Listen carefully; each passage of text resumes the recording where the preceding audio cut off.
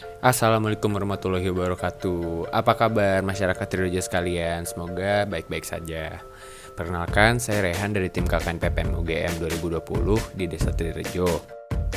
Hari ini saya akan membawakan sedikit materi tentang dasar-dasar akuntansi manajemen.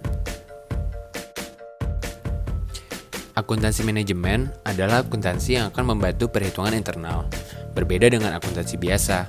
Jika akuntansi biasa memerlukan neraca untuk dijadikan laporan keuangan, akuntansi manajemen tidak memerlukan neraca karena akuntansi manajemen difokuskan untuk perhitungan internal.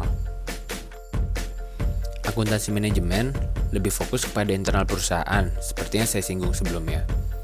Akuntansi manajemen akan membantu internal perusahaan dalam melakukan perhitungan-perhitungan seperti modal, pengeluaran, dan biaya, yang nantinya akan membantu internal perusahaan dalam pengambilan keputusan.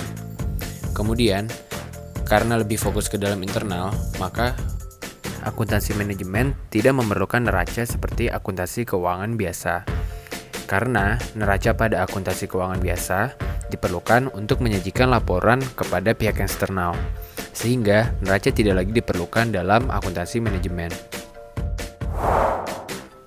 Berikut ini saya sajikan beberapa pendekatan-pendekatan biaya dalam akuntansi manajemen.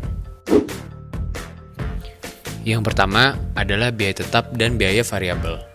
Biaya tetap adalah biaya yang tidak dipengaruhi oleh jumlah maupun volume produksi. Misalnya, ketika sebuah mesin pencetak yang dibeli seharga 5 juta rupiah, tidak akan berubah nilainya jika digunakan untuk 10 kali mencetak ataupun 100 kali mencetak. Selanjutnya, biaya variabel adalah biaya yang jumlahnya bergantung pada jumlah volume produksi. Misalnya, harga satu kertas adalah 100 rupiah, maka untuk mencetak 10 kali akan memerlukan biaya 1.000 rupiah. Jika 100 kali, maka akan membutuhkan biaya 10.000 rupiah, begitupun seterusnya. Berikutnya adalah biaya langsung dan biaya tidak langsung. Pertama, biaya langsung adalah biaya yang dikeluarkan untuk bahan atau tenaga yang terlibat langsung dan memengaruhi barang yang diproduksi. Misalnya, bahan baku karet untuk pembuatan ban mobil atau tenaga pencuci dalam bisnis laundry.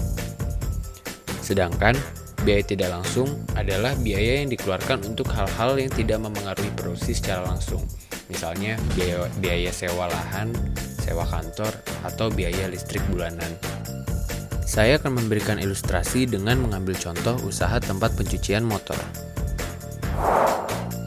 Kita bisa lihat di sini kompresor merupakan biaya tetap karena nilainya tidak dipengaruhi berapapun jumlah pemakaiannya. Mau 10 kali, 20 kali, nilainya tidak akan berubah. Kompresor juga masuk ke dalam biaya langsung karena tentu saja kompresor berpengaruh langsung terhadap proses produksi. Dalam konteks ini yaitu pencucian motor. Sama halnya dengan sabun. Namun selain itu, sabun juga masuk ke dalam biaya variabel karena jumlah pemakaiannya bergantung pada berapa jumlah motor yang dicuci.